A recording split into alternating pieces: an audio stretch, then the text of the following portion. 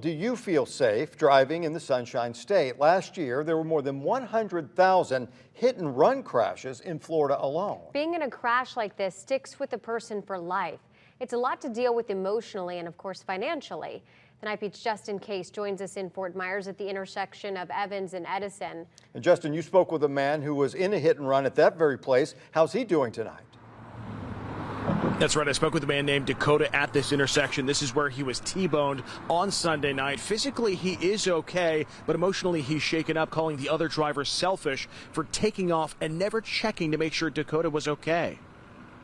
Not to overwhelm you with the numbers, but our state has averaged over 100,000 hit and runs for the last 5 years, with 250 of those hit and runs being deadly each year. And the next thing I know is I just got hit.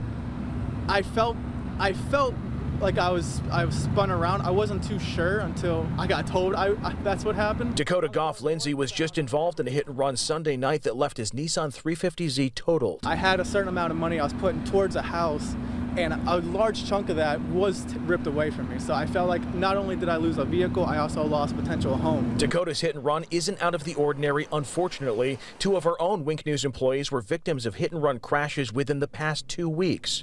We've also covered a number of hit-and-run crashes where lives were taken or people were left for dead. That includes 15-year-old Eduardo Diane Lopez. A driver hit and killed him before taking off. Another driver hit this 23-year-old man in Collier County, leaving him in critical condition. What is there we can talk about that hasn't gotten worse? John Gardner has worked in the insurance industry for 30 years. He's the president and owner of Lee County Insurance Agency.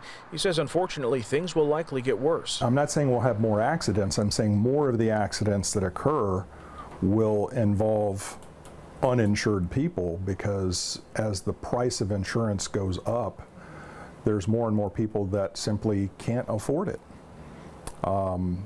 So that's where the uninsured part comes in. And Gardner told me uninsured motorist is quickly becoming one of the most utilized portions of insurance policies, in part because of things like hit and run crashes. And he told me that we are all paying for it, explaining that we're all sharing in the cost of claims when we pay our insurance premiums. And he said the best ways we can protect ourselves is by not cutting back on our insurance coverage and by getting things like dash cams. Live on the Night Beat, Justin Case, Wink News. They definitely tell a story. All right, Justin, thanks.